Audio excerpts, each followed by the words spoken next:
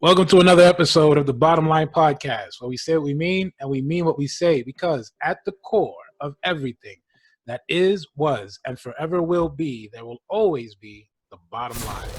Today's guest needs no introduction. At least I don't think so. You know, when you when you spend some time just talking to people and getting to know people and understanding the way their minds work, and you think you just got it figured out and they can trip you up again, this is the kind of person I'm dealing with today, right?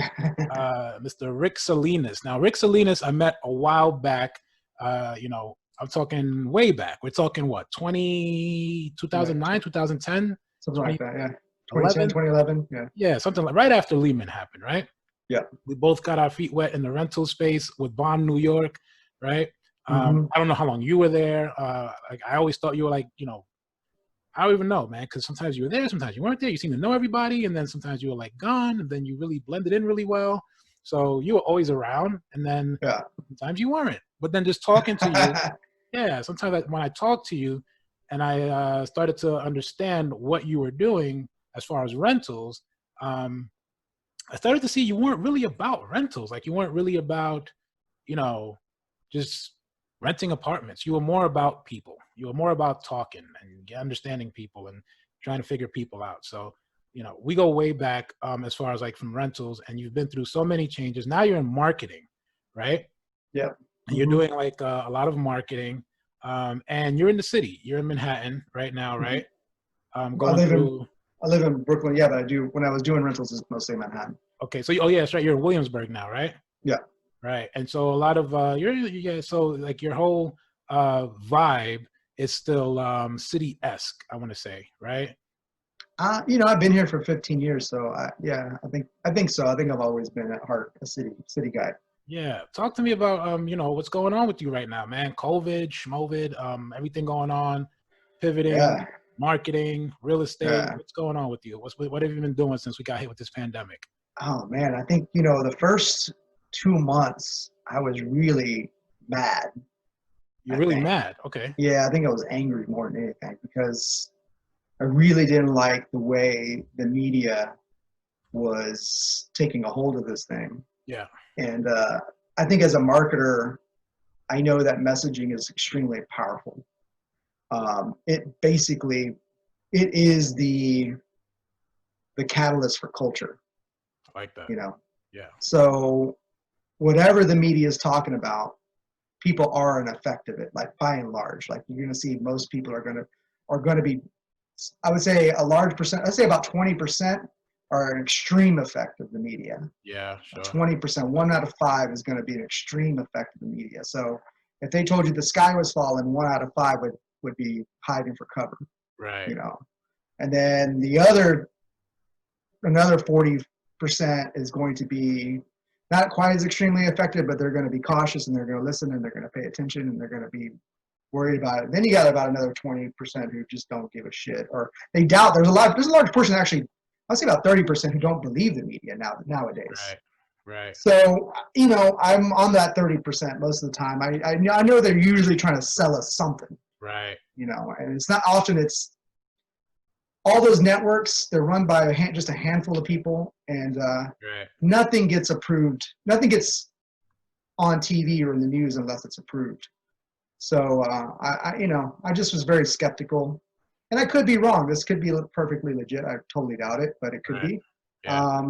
And that's just my point of view. That's what I thought. I was very mad at the way it was handled. So that's kind of went down for a little while. Yeah. Well, for me, man, it's crazy. Like, the whole time I think everything started, I'm not a person who watches the news. I try to watch I don't watch national news too much. Yeah. Right? I watch more like international, like world news, like mm-hmm. Bloomberg, you know what I mean? Or CNBC. And then you get little, sprinkles here and there of some, some local news or some national news, right? But most of it for me is like uplifting, because they talk about growth and, stock markets and world, the world view pretty much, right? So when I heard about the pandemic, I was skeptical. I'm like, exactly what you're saying. I don't know that I was angry, though. I think I was just really skeptical, like, it's a scam. You know what I mean? Yeah. And little by little, I started reading, and I actually started avoiding the whole thing, because I'm like, I got to limit the amount of negativity that comes my way, right. for me to be able to function pretty much. So I was really skeptical about it all. And I think what really, started to make me look into it deeper was when we started going into the lockdown. Mm-hmm. So now, I'm not somebody that, like, I don't run away from danger. I kind of pursue it. You know what I mean? Yeah. So when people started talking about going into lockdown, I was more like, why? What's the reasoning behind it? And then I just went crazy on Google and started just like researching it like crazy. Mm-hmm. And like you said, the narrative was, I think, was controlled by media. Like, really, everywhere I went, I was hearing more and more fear mongering, man. So I can see where you were getting angry, right? Because of the messaging, right? Well, and I also, to me, the messaging and to me, the reason behind it was, I mean, we have like a war going on, an information war before COVID was even happening. You have people divided, and that's mostly spurred on by the media. Sure. And then, I think when you look at certain countries when they get taken over, they usually have their media taken over. Yeah. First, and then that's where it starts. Or a soft coup would be taking over the media, the radio, the television, whatever. Yeah. And the messaging is usually, there's a term I think that they came up with maybe 50 years ago, or whatever, called balkanization. Okay. And they broke up all those Eastern European countries, and then they made them fight through the media. So, and then they highlight tragedies that highlight certain groups, and they pit one another against each other, and that's just how they do it. This is not a new thing that we're experiencing. I think just Americans are just completely ignorant of it. Yeah. Most of our media has mostly been towards selling us things. And now, selling us products. Now they're selling us ideas. Yeah. And they're not healthy for us. So we got to turn it off. Put on some music. I tell like these people on Facebook, like when they're going crazy over Trump or whoever, it's like, man, just put it down, turn it off. So hard. Turn on some music. Yeah. Music is healing, man, and make you feel good. Go do something constructive. Call your friends that you haven't talked to because you're mad at because they said something that you didn't like or whatever. Call your family members. You gotta turn. You can't. Point is don't be such an effect. Right. It's so hard, man, because it's all over social. Like another thing is that I get a lot of I get more news from social media than I get from the news outlets. Sure. I don't turn on the news outlets. Like I don't watch Fox. I don't watch NBC. I don't watch like your daily news or your night. I don't watch those. I barely watch TV. I'm like Netflix. You know what I mean? That's probably all I'll do. I'll binge every now and then. But then you get on Facebook and then you'll see people posting articles and like their opinion. And then you do see the divide. You know what I mean? And the crazy part is, I'll be honest with you. Like being a New Yorker from Brooklyn, and knowing, how information is controlled, I'm skeptical about most things that are said, and I wonder more about what's not being said, right? And I don't know if House of Cards or like, House of, all these espionage shows that I watched, like Jack Bauer's 24 back in the day, where I used to really watch that, and I used to look into espionage and into like Jason Bourne trilogies and all of that. You know what I mean? So I'm like, what is the government not saying to us, right? So let me dig a little bit deeper. And the more I started doing that, I started realizing that a lot of people that were posting on social media about COVID, about this quote unquote pandemic and so on, it's like a lot of it was just jumping on a bandwagon, right? And not really knowing what they were talking about. Like at the core of it all, a lot of people were not, if you read certain comments and certain people's threads and they're just hopping on a bandwagon, you could tell this person doesn't really know what they're talking about. You know what I mean? So it's like misinformation now is really what's happening. We're being misinformed through these different outlets. You know what I mean? Absolutely. Are you seeing that on your end too? Oh yeah. I think most of what's discussed on social media and then converted into action in our culture, it's cultural phenomenon. Yeah. This virus is not, to me, it's not, the numbers are all messed up to begin with. And there's like some really funny accounting going on about this thing. But it's more of a cultural phenomenon than it is a veritable virus that's like out wreaking havoc. Break that down for me. What do you mean when you say cultural phenomenon? Like you said, it's people jumping on bandwagons.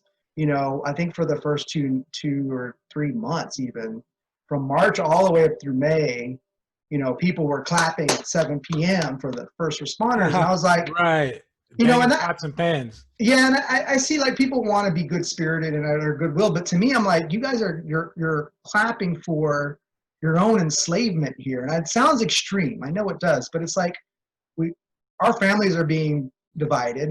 We're being divided from our friends. Some friends don't want to hang out with you because they're paranoid as shit and think they're going to get something. Right.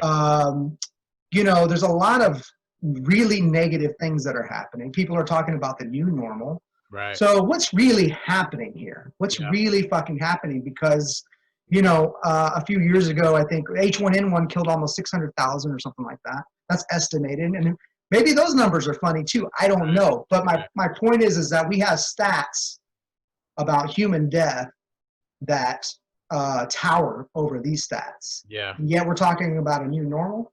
Yeah. Like it doesn't, I don't know. I have an idea what this new normal that they're talking about. Right. But it has nothing to do with science. It has to do with the cultural phenomena that's steered by media. Okay. Yeah, I can subscribe to that a little bit, but I'm going to play devil's advocate here. Yeah, right? sure. Mm-hmm. And I'm going to say that the government does have our best interests at heart, and the government generally wants to protect us from harm. And because of that, we were quarantined and told to stay home and practice safe social distancing. We were also told that we would be rewarded by being given stimulus checks, right?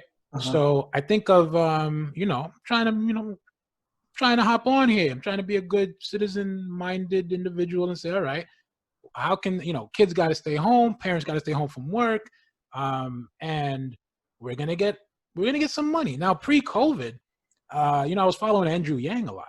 Yeah, and I like the guy. And I liked him because he was an anomaly.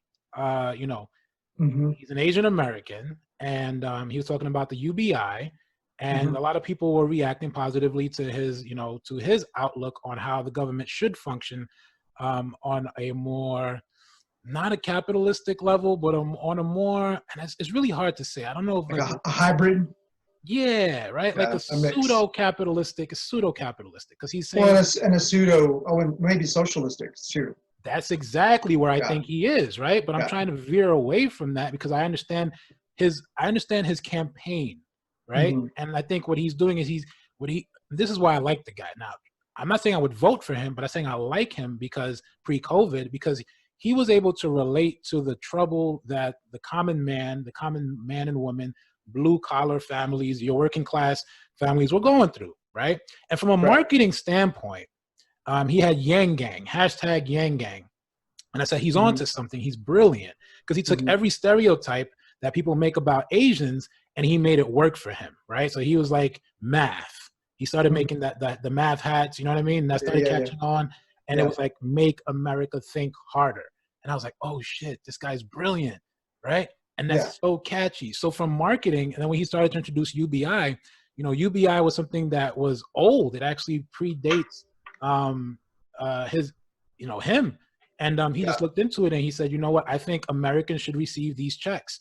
So now from a master marketer's perspective, if I can take, and I'm thinking about Trump here, right? And I'm thinking about, when Yang started campaigning and introducing UBI, the idea of UBI,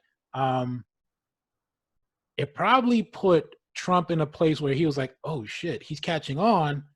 I gotta find something to do about that. So he took that concept and then he kind of like pocketed it, shelved it for a little bit and waited till, COVID happened, which was he probably wasn't ready for. And he was like, okay, he talked to his Congress, he talked to his cabinet, and he said, well, how do we revitalize the economy? How do we re-stimulate the economy, right? And he's like, where has this been done before? It's been done in 08 after, it's been done after 9/11. It's been done in 08.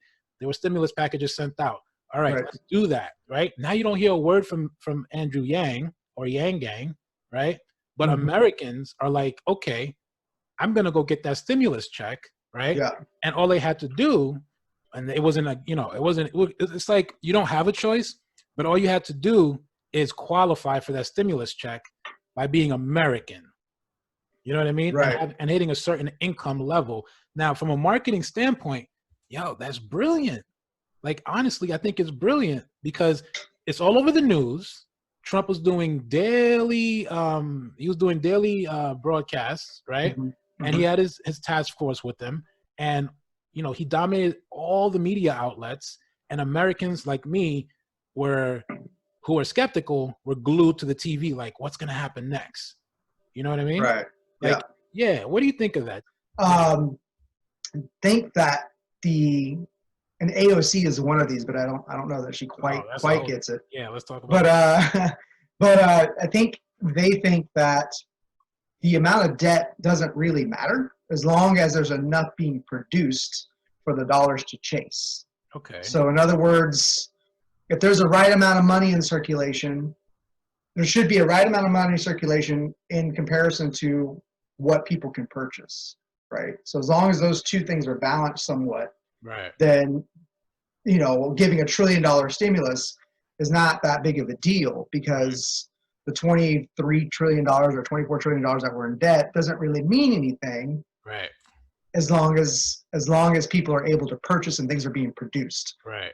So that is a theory, and I think they call it quantitative easing. And QE. Trump did, QE. And I think Trump did some interesting things with the Federal Reserve, and I thought maybe this was all bullshit. When did you notice that, though? I think in 2017, he put in some sort of executive order or something to move the Treasury Department away from the private bank and moved it into the Department of the Treasury of the U.S. government. Okay. So the Federal Reserve was always a private bank. It issued money, it loaned money to the government. Right. That was its sole operation, was to loan money to the government, and it was part of a conglomerate of like international banks or some shit. Right. I'm not an expert in it, but I do know that it was a private bank. Got the gist of it, yeah. Right, and it was created in 1913. Yeah. Okay. Big shout out to J.P. Morgan. J.P. Morgan helped orchestrate that, I believe. Yeah. And they signed it, I think, over the Christmas holiday or New Year's. Yeah. In Jekyll Island. Anyways, away in the conference room or something. Yes. Right. Yeah. Right, and then the usual suspects were involved. I think a guy named Westphal. Yep. And J.P. Morgan, who were related to the Rothschilds. I think J.P. Morgan married in Westphal. Don't take me. You'd have to go look it up. I know I got some of this off.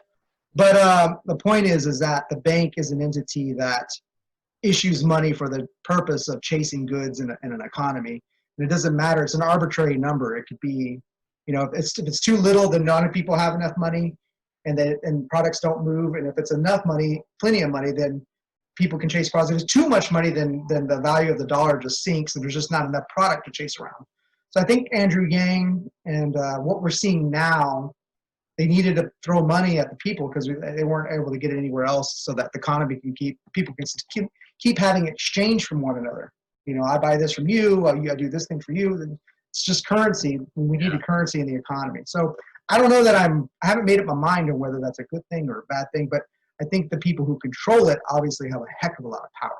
Yeah, I think part of that is right, but then part of it is also we're speculating here, right? And part of what I think is the problem with the UBI and even with the stimulus check is that, okay, you have your monthly bills, you have your monthly expenses, right? Yeah. The stimulus check covers nothing. You know what I mean? No. Like nothing. It covers nothing. $1,000 a month also, even pre-COVID, following Andrew Yang, covers nothing. Doesn't cover anything. Doesn't cover anything. I could tell you how. I mean, look, bars are closed, but before bars were closed, if you were the kind of person to go to a bar 4 days a week and you were on the cheap and you were probably going, during happy hour so that you can drink more and just hang out. And if you were the kind of person that, guy like me, I go to happy hour to make relationships. And I probably barely drink. I'll probably grab one drink and then I'll probably just drink water the rest of the time because I want to be coherent. You know what I mean? Yeah. So let's just say that you're somebody anywhere, our age, millennial up to Gen Z, right? And you go out to the bar about 4 days a week. You're dropping well over $1,000. Easy. If you're taking your girl out to eat 4 days a week, whatever it is, you're dropping that UBI check right there. You know what I mean? For sure. Yeah, like you're not even thinking about it. Like, and here's the other part of it that drove me crazy. And I tell this to people all the time when I was having in the beginning, when people would tell me that they were not interested in spending money on their own, professional development. And I say, well, what are you doing this weekend? Right. And they say, well, I'll probably go out, get some drinks. How much do you think you spend at the bar? I'll probably spend about 150 tonight, maybe $75, you know, just me and my friends. Say, well, how often do you go to the bar on the weekends? Well, I'll probably go Saturday night and Friday night, right? That's $300 right there, right? And if you're looking at $300, that's not even including eating. After you get that hangover, you got to go eat, right? Sure. So you're looking at least $500 in a weekend, all right? Yeah, man. And that's like not crazy. You're not having a phenomenal time. You're just chilling, right? So here's your UBI bill.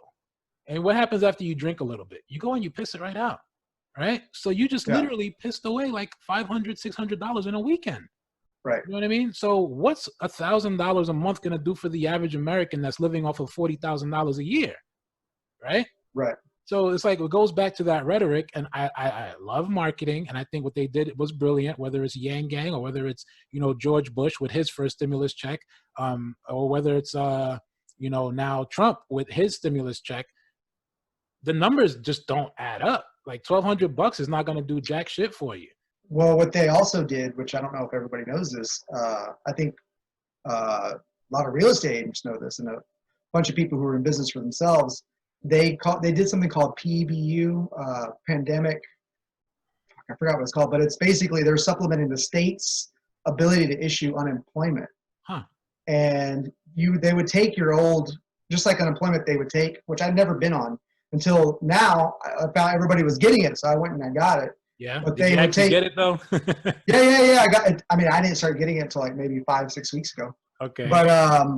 But you know, hey, I don't want to tell you the number, but it's a lot more than I expected.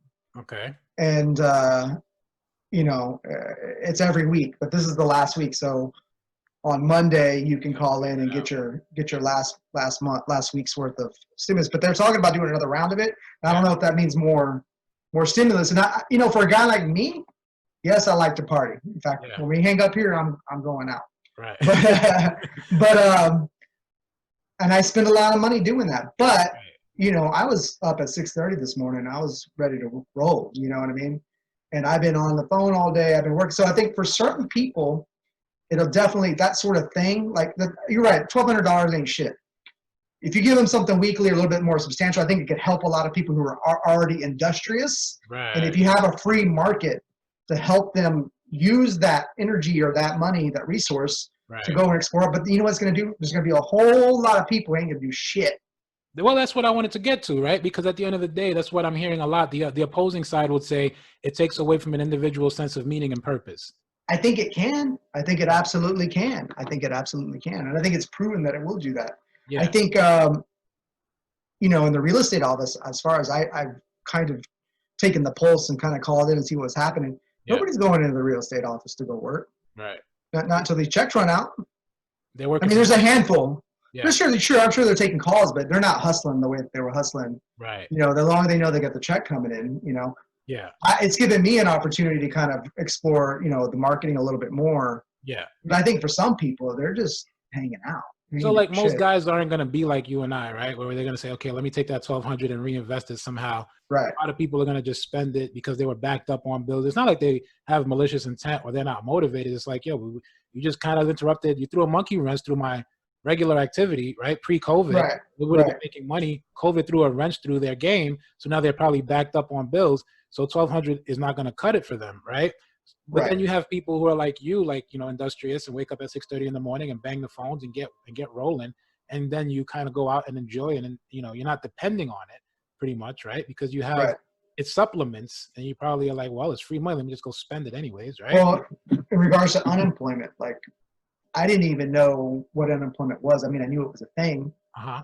I never been on it. But apparently you can get 26 weeks of unemployment per year. Yeah. And I can't imagine, like a lot of people I'm sure would rather be on unemployment than go into a shitty ass job. Yeah. Like there's a lot of jobs it would feel like torture to go to. Like I wouldn't want to be a clerk at CVS or whatever. Yeah. So you get what I'm saying. So I think, you know, out of this whole COVID thing, I think some of the stimulus stuff probably isn't terrible.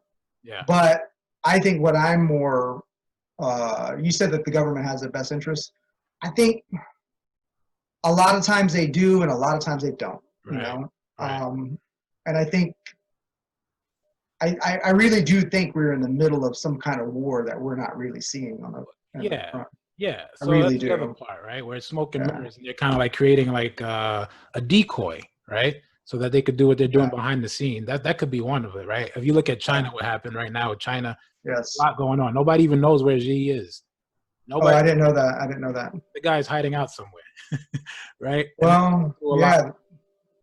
Some You know? interesting shit going on with China for sure. Yeah, and then you think about, there's deals going on around the world that Trump is involved in, that it's probably better for us to be focused on COVID than for us to be involved in those deals, because you're talking about a businessman that's talking to North Korea. You're talking about a businessman that's talking to China. You're talking about a businessman that's talking to, some of countries that were America's, enemies for a while, right? Yeah, yeah. For him to have those relationships, even when he first came in under, the relationship he had with Putin, the Democratic side everybody was skeptical of him. They were like, what's going on? He's a businessman. Let the guy do business, right? If you run the country like it's a business and you put a businessman, if he won, he's not a president. He's not a politician, right? He's a businessman. And I don't want to say we weren't doing well, but listening to everything that I've been listening to on Bloomberg, on CNBC, on Sky News, like global news, he did do something for the country as far as unemployment, as far as the GDP. He did a lot. You know what I mean? Yeah. So it's like, give credit where credit is due, but at the same time, Americans aren't stupid. Mm-hmm. You know what I mean? We're not dumb. A lot of Americans are wondering, what the next step is as far as like getting back to work, interest rates, taking out loans for a house.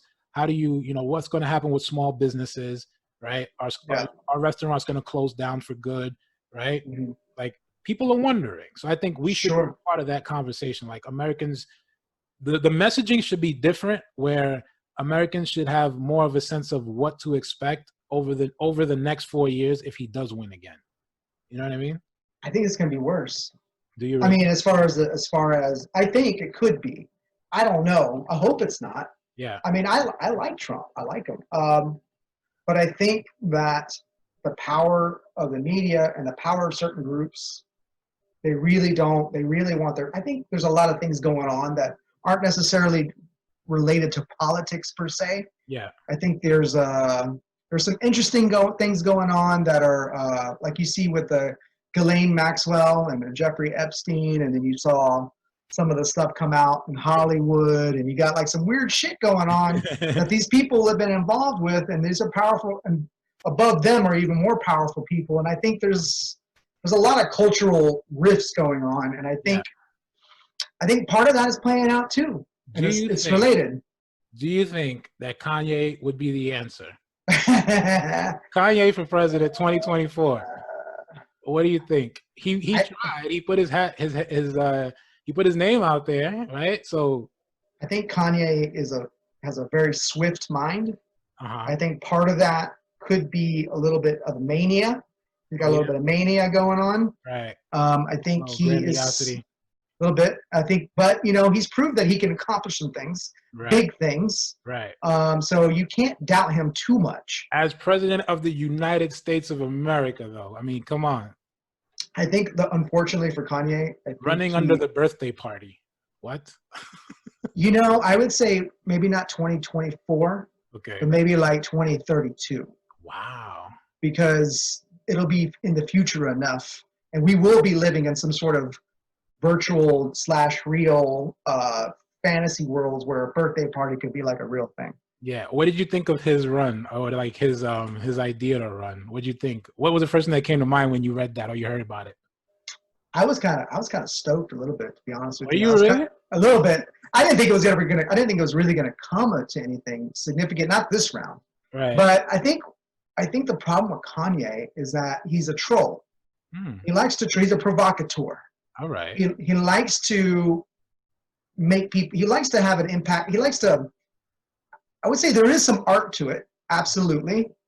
He's an artist. Yeah. But he really challenges his audience. Yeah. Okay. And I think, did you see the press conference he did? I think last Sunday. Yeah.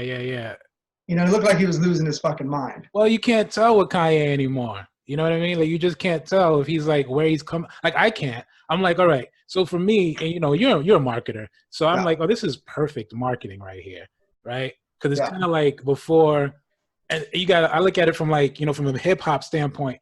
Like my favorite controversial, rapper is 50 Cent, hands down, right? Okay. Before 50 puts out an album, some club is getting shot up. This was how he came out.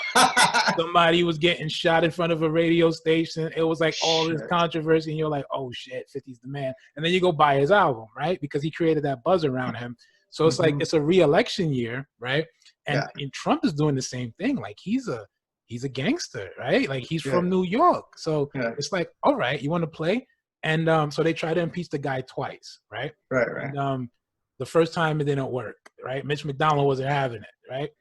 And second time around, Nancy Pelosi rushes the whole process, right? Mitch McDonald still wasn't having it, okay? And now they're like, okay, it's the United Gangs of America, all right? So then what do they call those guys? Those anarchists came out. What do they call those guys? Antifa, right. They come out of nowhere. They start rioting and looting, and now there's this whole cancer culture and, virtue signaling and everything. And then here's Kanye, which is Trump's boy, and he's like, you know what? And Kanye, don't get me wrong, this guy can do anything. Hands down. He can do anything. He came out with a gospel album and just crushed it. You know what I mean? And there's some like Catholic, singers that are just like, yo, what's up, Kanye? Yeah, praise be to God, but at the end of the day, So if he wanted to run for president, just like Trump, it was like a marketing ploy, I think, and then he won, and he was like, now what? Now here's Kanye. Kanye's like, all right, I want to be a part of the narrative somehow. Let me throw my hat in the race. But if you looked at, he's smarter than that. He's no dummy. That's the way. Honestly, I hadn't really been keeping track of Kanye until a friend of mine sent me a interview he did with Charlamagne the God and what is it? Something in the Morning. That show, I think. Breakfast Club. Breakfast Club. Yeah. So I watched that and I loved his energy. Kanye. And I loved that he was schooling them. He was telling them what was up. He was like, brilliant. He's brilliant. He was schooling them. They were like, well, why do you do the things you do? And why are you demanding a meeting from Nike? They were almost like, how dare you? He was like, how dare I? He goes, I'm Kanye. He was saying, I'm going to thump them in the chest. They listen to me. I was just like, why is this so controversial? Yeah. He's a smart man with a lot of clout. Why can't he go to Nike? Why can't he go to Adidas? Why can't he go to the biggest companies on the planet and demand a meeting and get what he wants to get because he's got the market share? Yeah. He's the brand. He's the brand. Yeah. So why are you guys questioning? You should be cheering him on. Right. I think, like you said, the media, the messaging is always is always antagonistic. I think that's just for them to get their ratings up. You know what I mean? So, I guess so. Kanye, I think this guy is so brilliant that he can position himself in a way that's while he's positioning himself, he's also programming you to go against him so that he can raise him, so he can elevate himself higher. You got to have, to have any power, you have to have an enemy. Go back to Robert Greene, right? Right. You got to create enemies. Yeah. I think it keeps you on your toes. It makes you strategize. Right. It helps you become a better thinker. And it just helps you sharpen your edge to be able to kind of maneuver in a crowd where there's competition. Yeah. And I don't care, I think a lot of people on the left, they tend to think that we're all going to live in some sort of kumbaya society and human beings are going to stop being human beings and we're all going to grow wings and live up in the clouds or some shit. That's not going to happen. That's not going to happen. Right. There's always going to be competition. There's always going to be games played. Right. Now, the quality of the game could actually, I think, could be better. Yeah. But I think, like Michael Jordan, who did he say? He would just find a reason to get mad at somebody. Right. He'd find a reason. Like somebody just made one little remark, he'd just go after him. Yeah. And I think, who else was saying stuff like this? You watch a lot of the NBA players, and I love the NBA, but they're in a wait for the bad guy. You wait for the bad guy. You'll never see a guy like this again, let me tell you, right? Make way for the bad guy. Exactly. That's funny. was watching Scarface yesterday. That was my favorite part. I love it. I love it. But yeah, I mean, he's like Kanye's character and Scarface and the Donald Trump, all those guys are very similar. Yeah. They have a similar kind of mental kind of like game playing. Yeah. Break the rules when you can break them, you know, except in Scarface, he took a little too far in the end. Yeah. But he played his cards right all the way up until he made one, you know, bad move when he got, you know, in the story. But anyway, they led to his downfall. You can't go against Sosa. Like, he should never have won against Sosa. He went against Sosa, but then he also listened to his buddy who was weaker about cleaning his money. Yeah, cleaning his money with right. I forget the other guy instead of the banker. Well, he got greedy, right? That was the whole problem. Like, so the thing that this is the thing too. I want to, you know, this is America, man. Like, we're built on greed. I don't want to hear it. Hands down, America is built on greed. Period. You know what I mean? Yeah. And then what we did was we realized how greedy we were, and then we started to find ways by creating things like opportunity zones and tax shelters, right? So that we can maintain that greed and try to help it, you know, I want to say give it longevity, right? And then you get into generational wealth and that disparity and all. But Scarface, Trump, Kanye, these guys are greedy. Like, well, I don't know if I think they just like power and they like the game. You know? You don't think they're greedy at all? I don't think the money's more of a measurement of power. Well, it's more like greedy. Oh, not so much money, just like that. They have an avarice. They have like a hunger. Right. It's a hunger for more. Yeah. More, because that's where they get their thrill. Right. You know? Right. And I think when you taste it a little bit for certain types, especially in men and definitely women, right. But a lot of men, you know, once they get a taste for that, that's what gets them up in the morning. Yeah. That's what makes them, they're like, you know what, I'm going to go to bed early tonight because I'm going to get up and kick these motherfuckers' ass. That's what gets them. So you see like some of these guys who aren't that attractive, but they got hot women. Yeah. It's because they have power. Confidence. And that's where you get your confidence when you have power. Right. So, women are attracted to confidence. Absolutely they are. Yeah. So I think that's what motivates. Well, like Kanye, I think Kanye had so much power, so much popularity that he married the one woman that he wanted, you know, and he got her. And I don't know that he's been saying some weird shit this last week. And I think Hollywood, like what?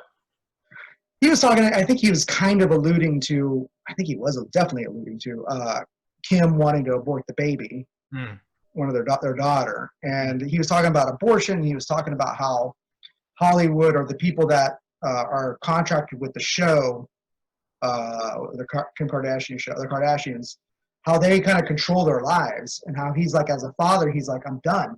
Right. Like, I'm staying in Wyoming, and my family needs to come here. Okay. And I think Kanye's message is interesting because he mentions God a lot. Yeah. But you can't do that on TV. You can talk about a bunch of evil shit. You can talk about sex. You can talk about drugs. You can talk about just real frivolous stuff about, you know, all this crazy stuff that doesn't really, is all superficial stuff. And again, a lot of evil stuff. You can't talk about God because then you're crazy. Well, okay, we're talking about Kanye here, right? Because businesses are doing it all the time through marketing with all this virtue signaling they're doing, right? So, and as from a marketer, I'm sure you can appreciate, you know, Nike, for instance, picking up Colin Kaepernick, right? Right. Now, we weren't calling it virtue signaling there because a lot of people were caught up in the narrative, right? About, you know, taking the knee, but it works, right? It works. We'll see. Attention to the business. You know what I mean? It definitely does. Yes. Yeah. Look at, you know, Aunt Jemima with that whole taking her face off of the, you know, the pancake box, more virtue signaling, more, you know, bringing more attention to the business. Right. And it goes on and on. The list goes on and on. But they also say you get woke, go broke. So like on A&E, they canceled that police show or whatever, and they lost like 40% of their viewers. Right. And they let Nick Cannon go also, no? Was that he? No, that was Viacom. That was MTV. Yeah, they let him go, right? Yeah. Yeah. He was talking a little bit, and I mean, you know, but he wasn't saying anything different than a lot of the white left social justice warriors. It surprised me that they let him go. Do you think, and this is the separation, right? Like, do you think that Kanye would have gotten away with? Now, notice Kanye is not tied down by anybody. That's the other thing. Right. Not tied down by anybody. So when you're not tied down, you have free range. You can't cancel him. Can't cancel him. He's, you know what I mean? And Trump is the same way. Like, you can't cancel Trump. You know what I mean? You could try, but you really can try. You got to go to the voting box. You see what I'm saying? Yeah. Even still, I mean. But even if he loses, he's his own man. I get what you're saying. His own man, right? Yeah. So he can be out the box like that. Now, from a marketer's standpoint, do you think that hurts people or that helps people? That they're their own person? Yeah. I think it helps. I think obviously if you are not tethered to a board of directors, if you're not tethered to a boss, if you're not tethered to too much, like if you got a ton of employees, I think that's also a liability. Yeah. I think if you can operate as deftly and as lean as possible, that's the way to go. Yeah. That's the way to go. Why do you think Ivanka Trump got so much flack for her Goya for her Goya endorsement? Did you see that one? I saw a meme or like some artwork that was based off of it. I didn't actually see her stance on it or what she did. So she pretty much just says, because the Goya, I think CEO is a big fan of Donald Trump, her father, right? And this is, again, we're not looking at, for me, and this is my perspective, like I'm not looking at the guy as the president or as a politician, looking at him as a businessman, right? And so because the CEO is a big fan of Trump, Ivanka took a picture with the Goya bean can, and she praised them, she endorsed them. Now, if it was Ivanka who was like in the fashion industry and everything, it wouldn't have been a big deal. But because that's the president's daughter and senior advisor, it's a problem. Now, do you think that helped her or it hurt her? That's a good question. I think she'll be fine. I don't think there's no fine line she could walk. I think she might as well have done it, and I think she should do it even more because at this she's got Trump after her last name, and no matter what they do, you're gonna have people who just hate Trump, hate his family, hate his wife, hate his son, whatever. There's nothing they can do that's going to win them over. Right. Unless they disavow Trump and then join the Democrats or join the left. If they pick up a BLM sign and start marching around, or if they, whatever they have to totally adapt and excommunicate their father and join their new family, which would be the left. Now that would save them, but short of that, there's nothing they can do. Yeah. So they might as well push that button. They might as well just inflict. If you can make your enemy more interbulated and you not be interbulated or angry and emotional, that's usually the better route to go. Yeah. And people are talking about you. That's the other part of it. Like as long as people are talking about you and you're part of the narrative, you know what I mean? Court attention at all costs. Yeah. But you got to do it awareingly. Like, you got to be smart about it. Like you can't just do it to be a clown, but sometimes that works too. So you think maybe she was intentional with doing what she did. She's like, I know I'm going to get flack for this, but who cares? I think so. Of course. Yeah. So Kanye probably did everything like to run for president and then like just because because he's Kanye. I think Kanye just moves at a certain speed. Yeah. He just moves fast, and I just think he's really premeditated. I think so, but I also think he isn't. I don't know if he's calculating every move, but he definitely wants to be part of the narrative, like you said. Yeah. And I do think also that once he decides he's going to do it, he just does it, and it just goes fast. And he runs into a lot of opposition, and I think he hopes that he can just blow right through it because he's got a lot of power behind him.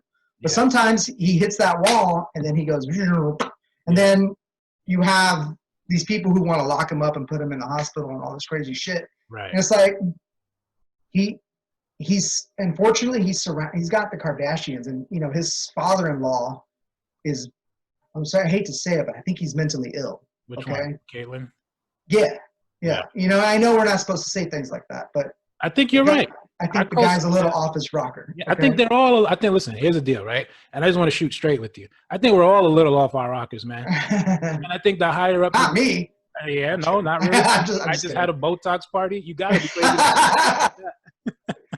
No, yeah, for sure. But there's degrees of it. But yes, you're right. We're all a little crazy. So the higher up the echelon you go, you get a little bit crazy. The air is thinner up there. You get less oxygen. So what happens? Could be true. Could be true. Yeah, I hear you. Tell me about the Botox party, man. Like that sounded crazy'. Let me know. Like, how'd you come up with that?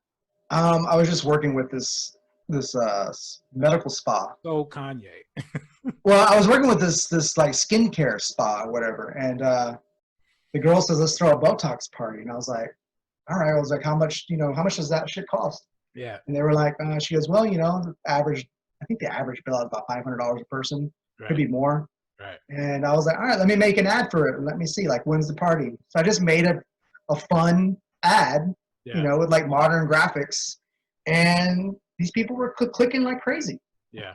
Just clicking like crazy. Botox party. So yeah. like you don't really see that at all, like ever. I've never seen that. So how did you advertise it? Who's your target demographic? What is your headline? The spa's in New Jersey, and like over just west of Patterson. Okay. Okay. So I ran an ad. It's kind of like it's got like a dance music, and it's got kind of these neon graphics, and it's like, you know, right. You know, this girl's just getting needles in her face, which seems horrific to me.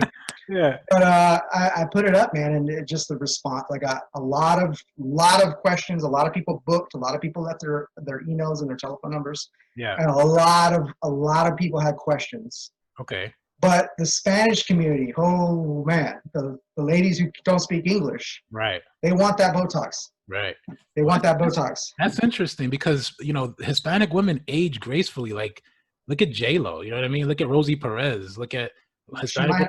They might have Botox. Ah. I might be serving them soon. Okay. I want J-Lo on my list. J-Lo's a beast. She just looks 80. No, I saw her in Hustler. Yeah. Or The Hustlers or something like that. And she looked amazing. Not a crack on her. No wrinkles, nothing. You know what I mean? I mean, I wouldn't. I don't think I'd go out. I mean, I'm 43, 44. You know, 50 is a little bit older than I like, but for J-Lo, I'm on board. you gotta talk to A-Rod. The A-Rod's got that long. Is that what's happening? Are they together? How long have they been together for a little while, right? They're still together. Oh, man, I don't keep up my page 6 in the daily news, man. Listen, I just know because I follow power couples, and that's one of the most fun power couples out there. Oh yeah? Is she gonna work this time for her? Isn't this like her third marriage? Yeah, I don't know, man. What's funny about it is they're so similar. Oh yeah. I mean? They're so similar. They're so like driven and so business centered. You know what I mean?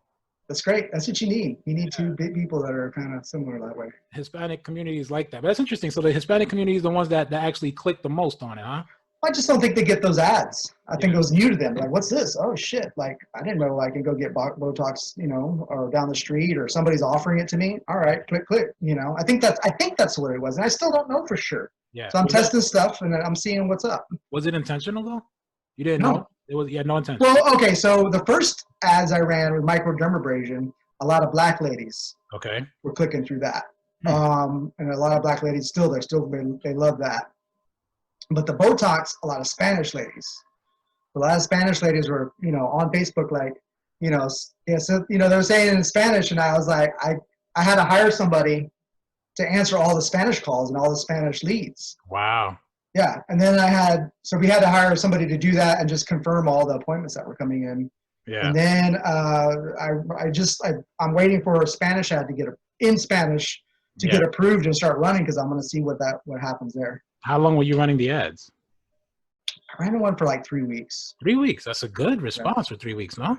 I got like about 180 something leads. So maybe almost 200. About 200 people responded to the Botox ad. You're a beast. Yeah. Where are you? You're on Facebook ads? You're on Google AdWords? What are you doing? I was just running. That one was mostly just Facebook placement. Okay. But the new one's on Facebook and Instagram. But I'm finding that if you spread the ad out too much, it may not get the clicks. It might be better to kind of condense it for this particular product. Gotcha. Not for every product. Some products work better when they're everywhere. So I'm still filling it out. Gotcha. So there was a party. People show up, right? Yeah. And then what happens there? Are they like chilling, drinking wine and cheese? What's going on?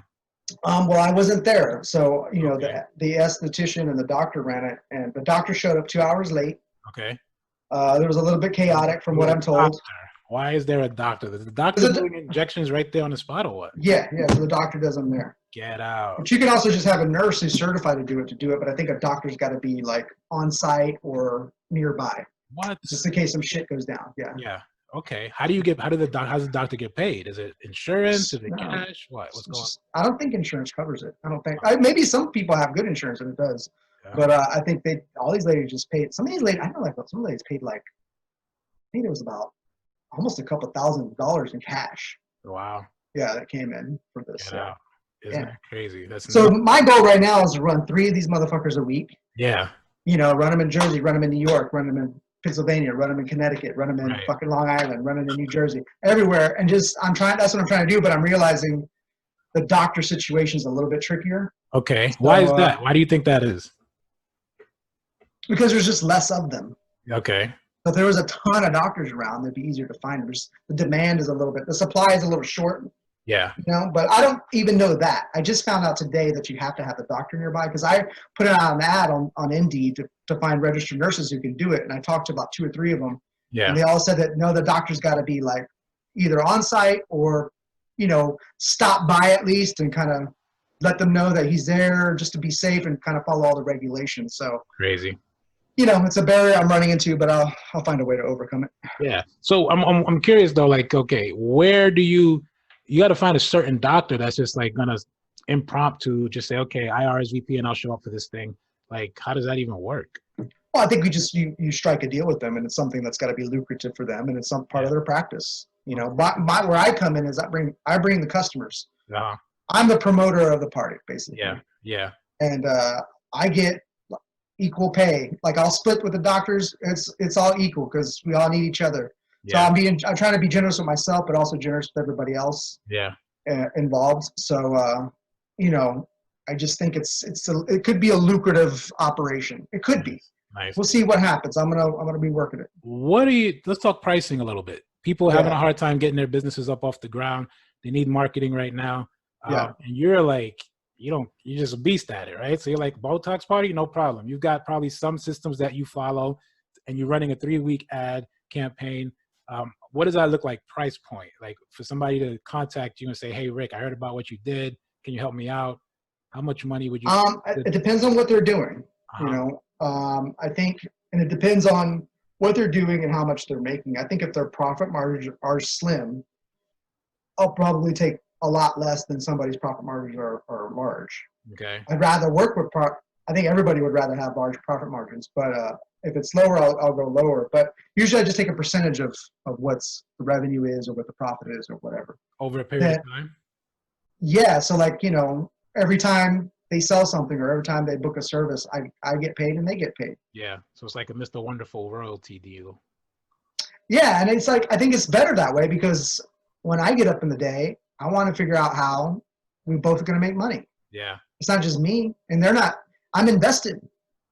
Love it. You know, I'm invested in their success. Yeah. You know, and right now, if I could figure out how to duplicate what we did on Saturday over and over and over again, a few times a week, shit, that's a lot of money. That's not the first one though, right? Because you did another one with the makeup one. I think it was a makeup. Microdermabrasion. No. That was the other one that you did before that one that you told me about. I think you have it up on your Facebook. Oh, yeah. So I had a client who did they did the permanent makeup with the eyebrows. Right. And that chick, she was teaching how to do it. Yeah. She was teaching, well, I don't have her as a client. That was like my first one I ever did. Mm-hmm. She was teaching how to do it. And she was charging $3,000 per student, and she's going around the country teaching it. Wow. So she would book like conference rooms in hotels and fill them up with like, you know, 30 students, 40 students, 50 students, 25 students, all paying $3,000 a piece. Nice. And her gross revenue for the year was like over $2 million. Nice. Yeah. So there are little opportunities out there. You just got to, as a marketer, there's all kinds of things you can sell. You got to kind of find where it hasn't been totally exploited yet, you know, and as a digital marketer, you just test shit, just test, throw out fishing lines. You feel that, you know, you feel the bite, you go all in and just like figure it out and make it work. So it's like a trial market, right? I tell people, you know, whatever we're going to do for right now, we're just going to we're going to collect data, feedback. We're going to have a trial market, like 3 months. We're going to try this headline out. We're going to try, you know, this response time. We're going to try things out. Is that fair to say 3 months is a good trial? I think it'd be faster than that. I think, 3 months is definitely good to kind of get your bearings maybe for the whole operation. Yeah. But I think to have success a week, 2 weeks, just to have some wins to go, okay, you know, we had some success with this service. That looked good. This one we didn't have so much success, so we'll cut that out. But, you know, if this is going to work, let's try this now. So, I think after 3 months, you could really have a solid, buildup of a different services, or know what your online marketing aspect of what your business is going to be. Yeah. But really, after about a week or so, you can find out what could be successful. So are you looking at like you're measuring your performance like over like looking at KPIs and like analytics and such to see who's responding where and who's not responding where, so you can make adjustments along that week period? I think right now I'm mostly working. Yes, so I'm working mostly just with lead forms. Okay. So what I like about lead forms is you don't need a website. Your business doesn't need a website. It does need like some sort of URL to go to, but like it doesn't need like a fancy website. Okay. What a lead form is, usually you pay for that lead form. You're paying whenever somebody fills it out, you're paying. Okay. Anything around $1 is pretty good for most businesses. It can be as expensive as I think it took me $18 one time to get a freaking lead form filled out. But really around $1 is pretty good. I would say even up to $2 or $3 is probably okay, depending on what it is you're selling. Yeah. And then you got to have the whole mechanism set up when that lead form gets filled out on Like Facebook. a funnel. You got to have the funnel triggered, all that shit. All that shit's got to be pretty smooth. Yeah. And I found that the text marketing is better than the email marketing right now, for at least for the beauty stuff. Yeah. I think email marketing is good. Direct. Having all those automations and shit set up is good. You need to have all that stuff. Yeah. Every modern business should have that. And look, I like that you said that, because just the other day I sent you that information about what Ty Lopez is doing with the e-commerce websites, and what he's doing is crazy. And you know what? He's not the first one to do it, but I think the way that he's marketing it makes it look like anybody can do it, right? Until you run into that problem where you're like, oh shit, I can't do it. I need Ty Lopez, right? I think a lot of people and a lot of small businesses were trying to do a lot of marketing and advertising on their own, and then they found out that they were going over ad spend, and they were like, I need to hire somebody who can show me how to save money, because they're not able to predict how much money actually goes in to marketing and advertising on a quarterly basis. You know what I mean? Well, yeah, I just don't think you can't run the whole ship yourself. I mean, you got to have somebody who focuses on, like today I worked on an ad. I'm doing a handful of things every day and that's it.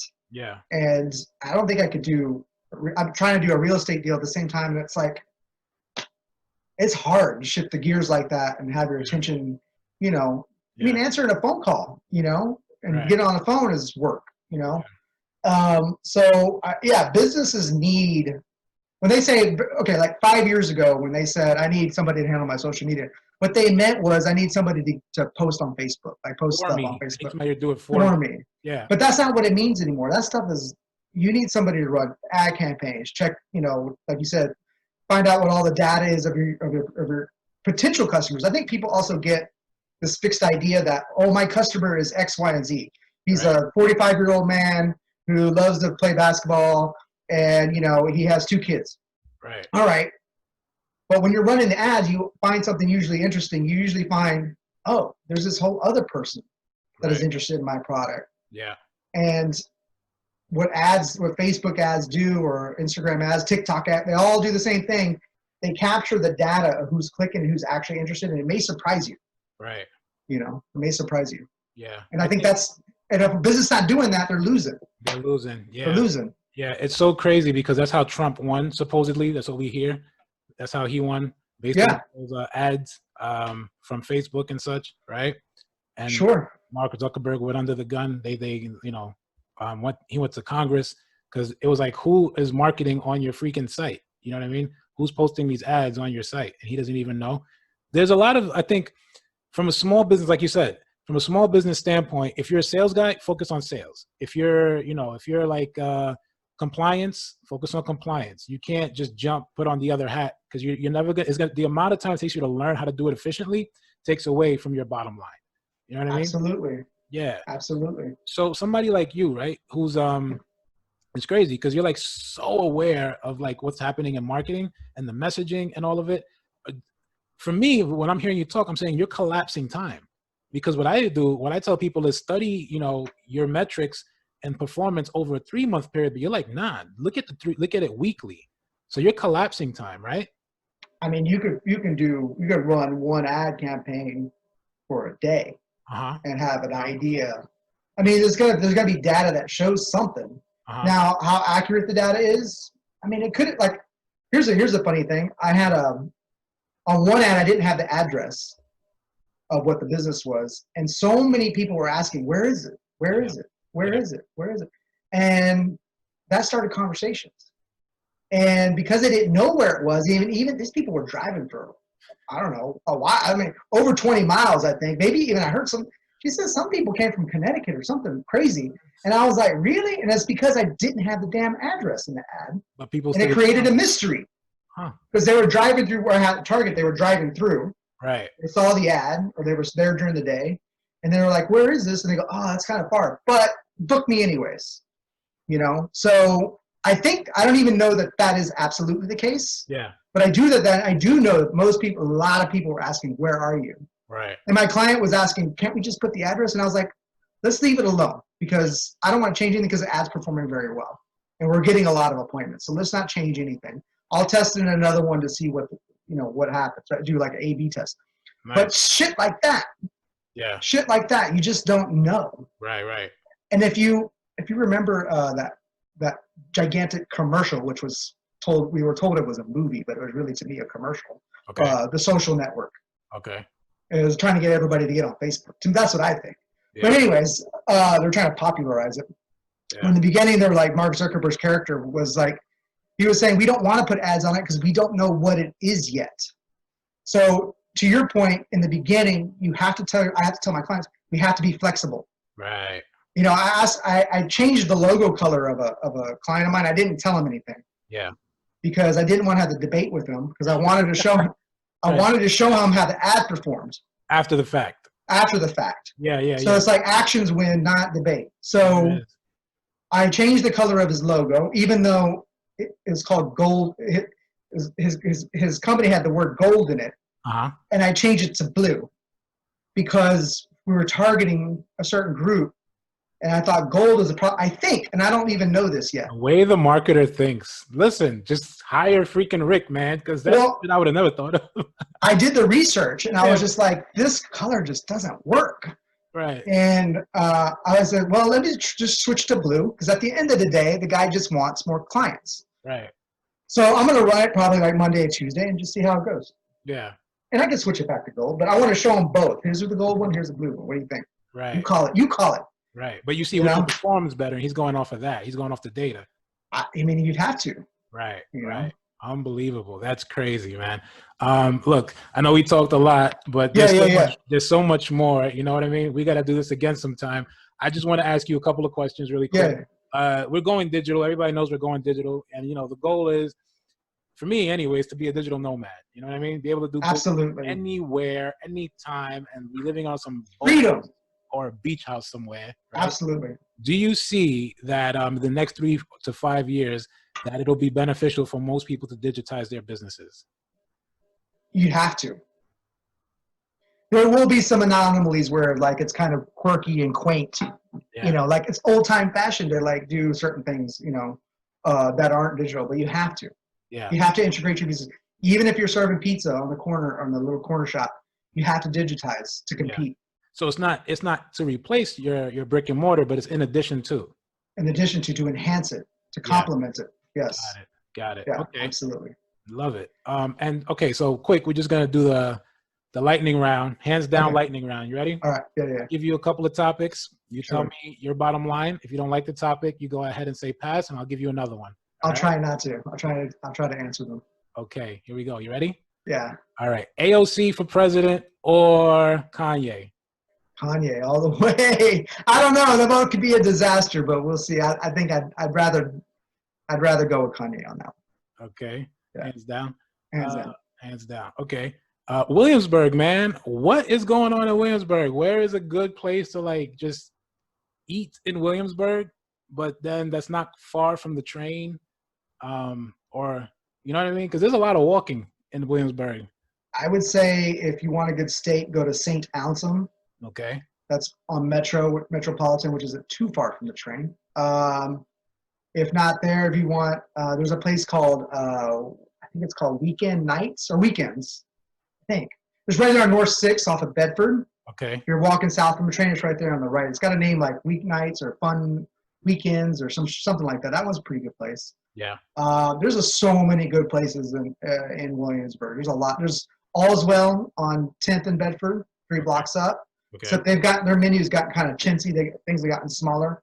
Okay. You know, yeah, there's a lot of good places. Well, okay. What do you think these restaurants should be doing right now to continue to make money as far as from marketing with outdoor seating? Should they be marketing outdoor seating, or should they be marketing that they're going to open back up for business for indoor seating? Both. But I think right now, when I go, are they doing, my question is, do they have outdoor seating? And I don't know, especially if I don't know the neighborhood that well, or if I haven't been on this side of the neighborhood. So I'm like, I have to look it up and see. I should be getting a Facebook ad that isn't asking anybody to do anything except, hey, we have outdoor seating, come. Or, type in here and get, your first round, whatever, or 10%. Right now it's 2 for 1 for this drink or cocktail or whatever. Right. Just run a promo and it's cheap. You can run $10 a day, $20 a day and reach thousands of people in your neighborhood. Yeah. And people don't do it. I don't see their ads. I spend the money there. My cards are running through their shit. Yeah. I should be getting those ads, but I'm not because they're not running them. Right. Unbelievable. Yeah. You need to talk to them. They're missing out. They are missing out. Finally, let's get to your bottom line, Rick. That reoccurring truth, that no matter what setback you go through, you go back to this truth. It keeps you anchored, and it also helps you, get past that setback. What is your bottom line? I like my freedom, man.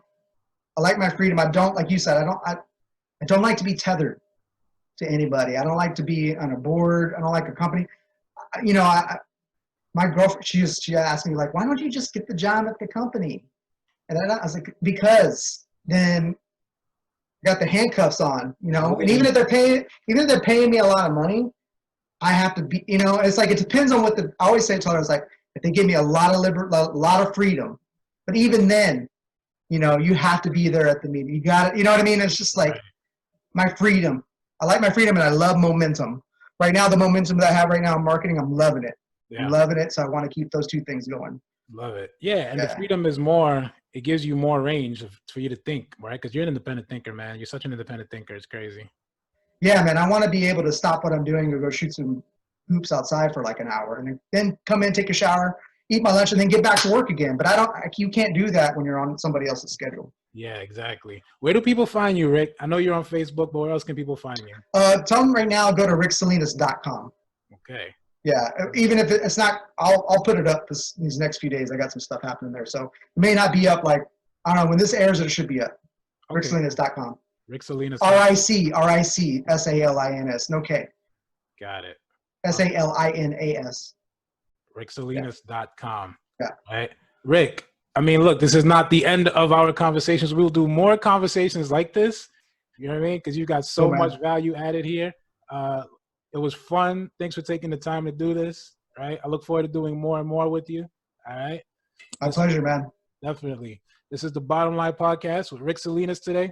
And follow him on Facebook. I know he's on Facebook. I am on Facebook. With him on Facebook. He's on Instagram also, right, Rick? Yep. And he's also, check him out on ricksalinas.com. All right. This is the Bottom Line Podcast, where we say what we mean and we mean what we say, because at the core of everything that is, was, and forever will be, there will always be the bottom line.